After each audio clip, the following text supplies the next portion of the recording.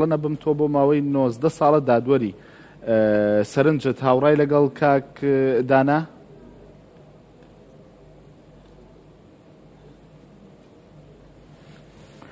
بەڵێ طبعا ڕێزم هەیە بۆ کاک دانا، بەڕاستی سەرەتا دەنگن نەبوو لە مقدیمەکە نەمزانی ئەوە برای بەڕێز خۆشەویست کاک دانا ڕێزم هەیە بۆی طبعا بەتاکید طبعا بەڵام خۆی ناکرێ بڵێن خەتای دەسەڵاتی دادوەری دەسەڵات دەری وای لێکراوە کاک لەلایەن سوڵتەی سیاسیەوە هەموو دەسەڵاتەکان نوادا ڕێژراون کە بەم شێوەیە بن کە ئەجندای ئەوان جێبەجێ بکەن کە نەتوان ببنە خەتەر لەسەریان. بۆ نمونە ئەوان نایانەوە دەسەڵاتێکی دادوەری و داواکاری گشتی هەبێ ملی ئەو وەزیر و گزیر و سەرکردایەتیانە بگرێ تبنانەت بەس ئەنجومەنی وەزیران و سەرۆکی ئەنجومەنی وەزیران و سەرۆکی هەرێمیش و هەر کەسێک کە لە یاسا دەردەچێت ئەمان دەیانەوێ بەدادگا هەبێ بەڵام نەتوانێ ئەوانەی هێڵی سووری ئەوانن لە ناو قەوسا بیبەزێنێ. هەر لە سەرەتاوە کە دوو مەحکەمەی تەمیز دروستکرا لەم لە سوڵتەی ئەم لە تەدەخولی کە لە دانانی ئەو حاکمانەی کە سەر بەون لەولا بە هەمان شێوە دروستیان کرد دوای یەکیان پێکردەوەکو محاسەسە. ئێستاش تۆ سیر دەکەی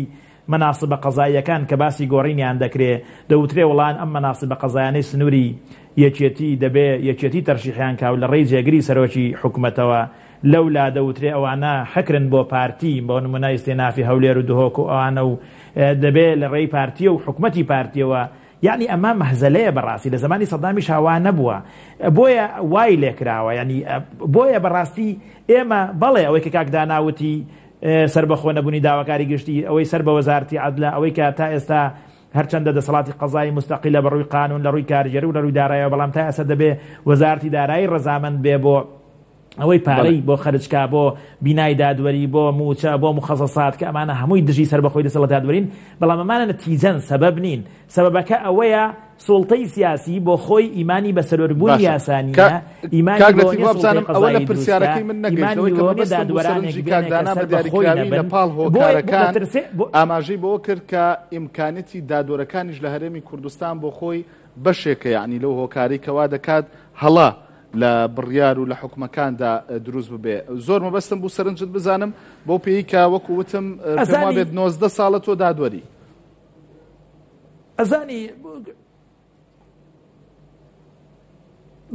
بە دوو ئاستەیە لە ناو دادوەریە تکایە ئاستێکیان ئەتوانین بڵین ئاستە باڵەکەیە کە مەسەلەی تەسەداکردن بۆ سەربەخۆیی دەسەڵاتی دادوەری و بۆ ئەوەی کە نەهێڵێ دەسەڵاتەکانی تر تەدەخول لە دەسەڵاتی دادوەری بکەن و هەروەها دیفاع لە دادوەرەکە ئازاکان بکە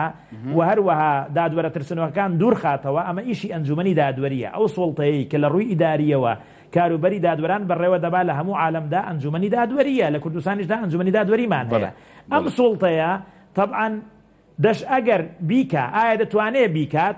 ئایا ئەگەر ویستی بیکە وەکو پەرلەمانی لێ ناکەن پەرلەمان بەو هەموو قووەتەی خۆیەوە کە سیاسیەن ئیعلامیەن نێودەوڵەتیەن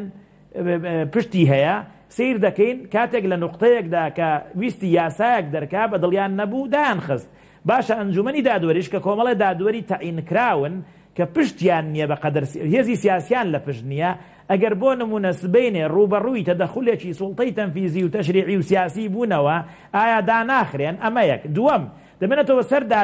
دادوەران لە ئیشە ڕۆژانە میهەنیەکانیاندا جارێ یەکەم نەکوڕی مەسئول نەدەوڵەمەند دێتە محکەمە تا بزانین ئایا دادوەرەکان جەریئن یان نا. کێشەیەکی ئامادێت ئەم کێشەیە لەوانەیە لەبەرەوەی هیچ داوایەکیان لەسەر نییە یان داوا هەیە و نایە. بەڕاستی ساوەکو من بخۆم ئاگام لێ نێ بەڵام وەکەوەی کاکدا نەخێر داوای چی کاکە ئێمە نەمان بینی لەسەر فولایت خەڵک کوژرا لە ناو پایتەخت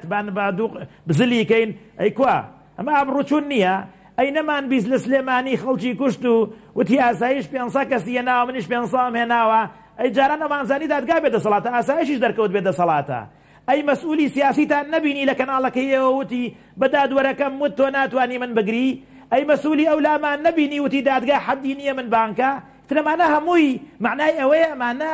ظاهري إفلات من العقوبة، ظاهري حساب نكردن بو ياسا، ظاهري أوي أمانة لسردمي صدام بكرة باورتها بديان بردن هرچند من لقل بردن والرفاندن نيم بلام نظامي ديكتاتوري بو دي بردن بس يارا ريش دا بردن بو بغاس سرو بنية كردن بلام يستا وايلي هاتوا سوكاتي دا كان بدادقا ودادوران چونك وجوديان بو دانانين أو خوي وادروز كراوة لبرو إما نابي بلين والله من دليم صلاتي دادوري ودادقا كان لأستب جيركان دا يشي خوان دكنا قداد وريك تدخل قبول كان ني كان كفاءتي هبي ان ني بي امشتي فردين لو انا هشمان بي عذابي وجريبه بلام اصلا لويا توقرا وكدبيت وكاتك نزاع الدبي لقلد صلاة كان كاتك خاون نفوزيك مسؤوليك بيجيك ديتا بردمت تا چند تواني نيلي تدخل بكري اما دبينين كاتك بناو امر قبض يان بانكش تيك بو كسك درد شكل اسي مكتبي سياسيه يان سركرداتي يان وزيره دبي بياوتي خوي به وكو بياوتي ليده والله من شو ما بردمي دادقا ببنجاحي ما يودس بردمي دادقا اما مهزليه براستي لبروا اما نتيجه انك سبب دادقا واي ليكراوا دا صلاتي دادوري واي ليكراوا دا صلاتي دادوري كا وكوتم هي ابالاكي دشيت بمر رازي به دشيت رازي نبي وبلا كاك من لمودو داواي ما فياسايا كانم دكم كلا قانون سلطه قضائي صالي 2007 هن يانا وتا وكو برلماني لدكن يانا وتا بوي دشيت سر ومن بيش ما نالن بوي دشيت سر چونكا برلمان بهم قوتي خوي وكجنابي كدانا مستشار لويت شان ليكرد يا سلطه قضائيه كومل دادور كبشتي فلاي سياسيان نيه بشتو بناي هيك يعني غير قانون نبي شلون دتوانن او بكن لبرو ام سيستما غلطك لسيستما كدايا نا عدالتي لسيستما كدايا وام سيستماش ناكري وبردوام به شوكا بنما عيني كان بنما علمانيا كان عدالة يكساني لبردمي يا سادة أساسي حكمراني العدل أساس الملك بزماني مونتسكيو بزماني هينيش ياسا وسروري ياسا إدامو دوبارة برهمينة ورجيمي سياسية إما ليرة سيستمك معنيه كتنان سيستمي ديكتاتوريجنيا سيستمي حكمي إقطاعي هبو عوائل سەدەکانی ناوەڕازەوەی کە لە ئەوروپا پێدەوترا سەدەی چاخە تاریکەکان هەزار ساڵی خایان هەر ئەوروپا دابەشکراوە بە ئەقطاعیاتی بچووک بچووک لە هەر ناوچەیەکدا بە دەرەبەک ئەقطاعی سیاسی خاوەنی من بس ورسمولاي كاردانا بلا رخصتي لێ دەخوازم هەرزەکە و خەڵکەکانی حاکم بوو خۆی قازی بوو خۆی جەیش بوو لێرە ئەوەیە